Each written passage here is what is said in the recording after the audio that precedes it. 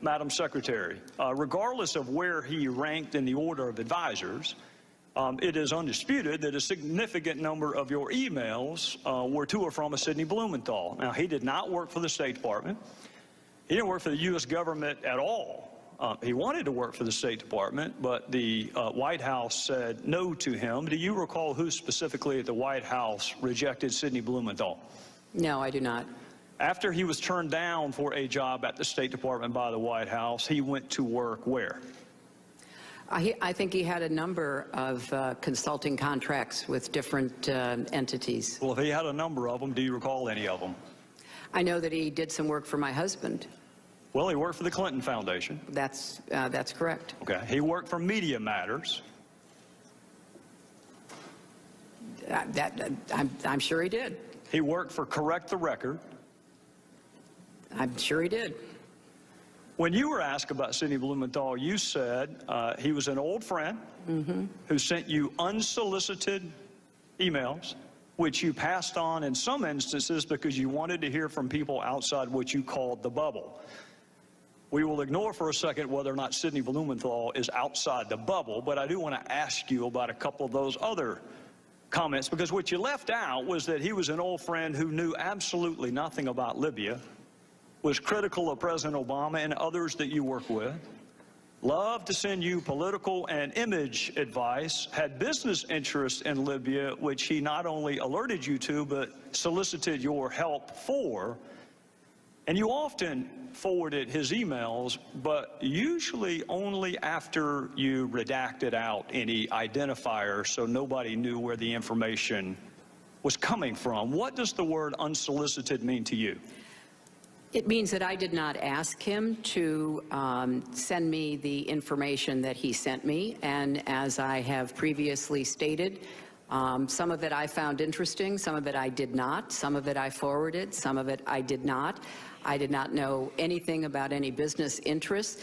I thought that just as I said previously, newspaper articles, journalists, of which he is one, a former journalist, had some interesting insights. And so we took them on board and evaluated them, and some were helpful and others were not.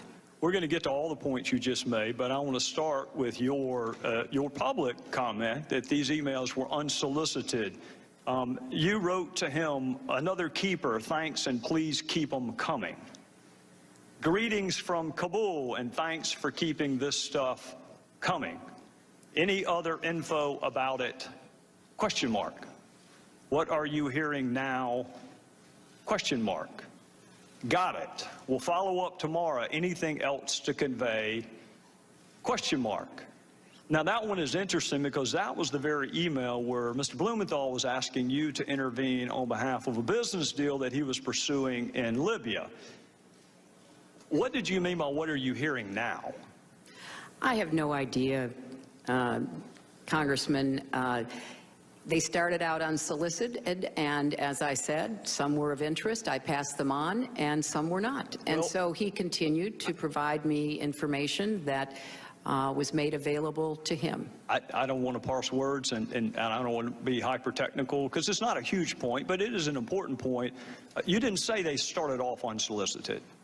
You said they were. You said they were unsolicited. Well, they were unsolicited, but obviously I did respond to some of them. Well, and I'm sure that encouraged him. Anything else to convey? What are you hearing now? I'm going to Paris tomorrow night. We'll meet with TNC leaders, so this and additional info useful. Still don't have electricity or BlackBerry coverage post-Irene, so I've had to resort to my new iPad. Let me know if you received this. We'll talk about the new iPad in a little bit. Here's another one. This report is in part a response to your questions. That's an email from him to you. This report is in part a response to your questions. There'll be further information in the next day. If you're the one asking him for information, how does that square with the definition of unsolicited? I said it began that way, Mr. Chairman, and I will add that both Chris Stevens and Gene Kretz found some of the information interesting, far more than I could, because they knew some of the characters who were being mentioned, and they were the ones, the kind of persons with the expertise that I asked to evaluate to see whether there was any useful information. We're going to get to that in a second. Now, before you give Mr. Blumenthal too much credit, you agree he didn't write a single one of those cables or memos he sent you. I'm sorry, what? He didn't write a single one of those cables or memos. I don't know who wrote them. He's the one who sent them to me. Would you be surprised to know not a single one of those was from him? I don't know where he got the information that he was sending to me. Did you ask? You're sending me very specific, detailed intelligence. What is your source? That seems to me like a pretty good question. I did learn later that he was talking to or sharing information from former American intelligence officials. By the name of? Who wrote those cables? I don't recall. I don't know, Mr. Chairman. You had his information passed on to others, but at least on one occasion you asked Ms. Abedine, can you print without any identifiers? Why would you want his name removed? Because I thought that it would be more important to just look at the substance and to make a determination as to whether or not there was anything to it. Well, don't people have a right to know the source of the information so they can determine credibility? But he wasn't, as you just said, the source of the information. But you didn't know that, Madam Secretary, and that's what you just said. No, Mr. Chairman. I said that I knew that he didn't have the sources to provide that information. I knew he was getting it from somewhere else. Whether he knew a lot of journalists, he knew others in Washington. It could have been a variety of people. Well, if you're going to determine credibility, don't you want to know the source? Well, it wasn't credibility so much as trying to follow the threads that were mentioned about individuals. And as I already stated, some of it was useful and some of it was not. Well, did the president know that Mr. Blumenthal was advising you?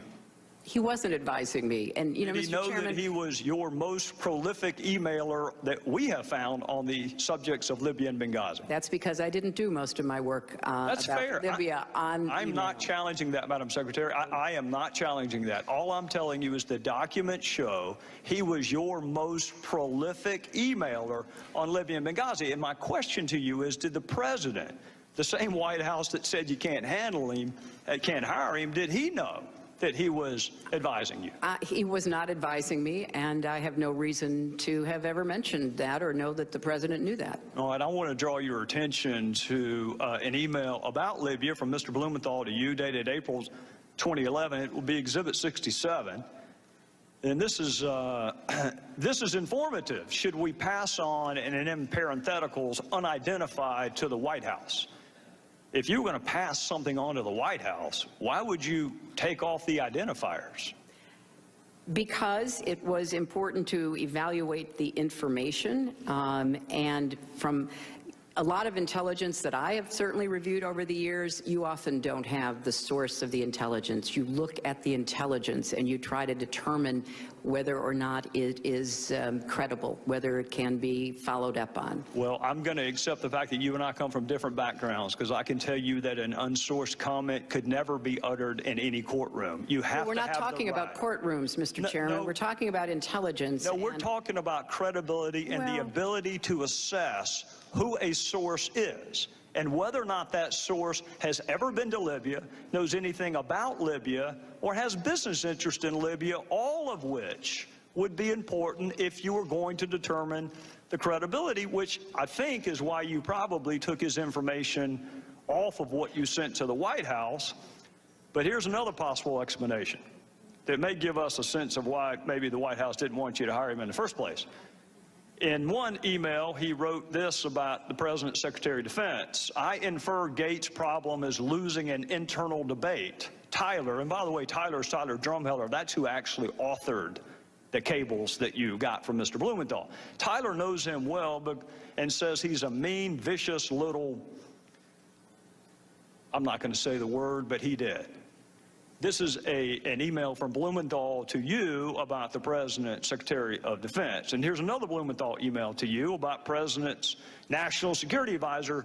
Frankly, Tom Donilon's babbling rhetoric about narratives on a phone briefing of reporters on March the 10th has inspired derision among serious foreign policy analysts, both here and abroad. And here's another one from what you say is your old friend, Sidney Blumenthal. This is a quote from him. I would say Obama, and by the way, he left the president part out, I would say Obama appears to be intent on seizing defeat from the jaws of victory. He and his political cronies in the White House in Chicago are, to say the least, unenthusiastic about regime change in Libya. Obama's lukewarm and self-contradicting statements have produced what is, at least for the moment, operational paralysis. I think that may give us a better understanding of why the White House may have told you you cannot hire him. Blumenthal could not get hired by our government, didn't pass any background check at all, had no role with our government, had never been to Libya, had no expertise in Libya, was critical of the president and others that you worked with, shared polling data with you on the intervention in Libya, gave you political advice on how to take credit for Libya, all the while working for the Clinton Foundation and some pseudo-news entities. And, Madam Secretary, he had unfettered access to you. And he used that access, at least on one occasion, to ask you to intervene on behalf of a business venture. Do you recall that? You know, Mr. Chairman, if you don't have any friends who say unkind things privately, I congratulate you. But from my perspective, I'd like to think I'd correct them. I don't know what this line of questioning does to help us get to the bottom of the deaths of 4 Americans. I'll be happy to help you understand that, Madam Secretary. But I want to reiterate what I said to Congresswoman Sanchez. These were originally unsolicited. You've just said that perhaps the main, if not the exclusive author, was a former intelligence agent for our country who rose to the highest levels of the CIA and who was given credit for being one of the very few who pointed out that the intelligence used by the Bush administration to go to war in Iraq was wrong. So I think that, you know, the sharing of information from an old friend that I did not take at face value, that I sent on to those who were experts, is something that, you know, makes sense, but it was certainly not in any way the primary source of or the predominant understanding that we had of what was going on in Libya and what we needed to be doing. Well, Madam Secretary, I'm out of time, and we'll pick this back up the next round, but I'll go ahead and let you know ahead of time why it's relevant. It's relevant because our ambassador was asked to read and respond to Sidney Blumenthal's drivel. It was sent to him to read and react to. In some instances, on the very same day he was asking for security. So I think it is eminently fair to ask.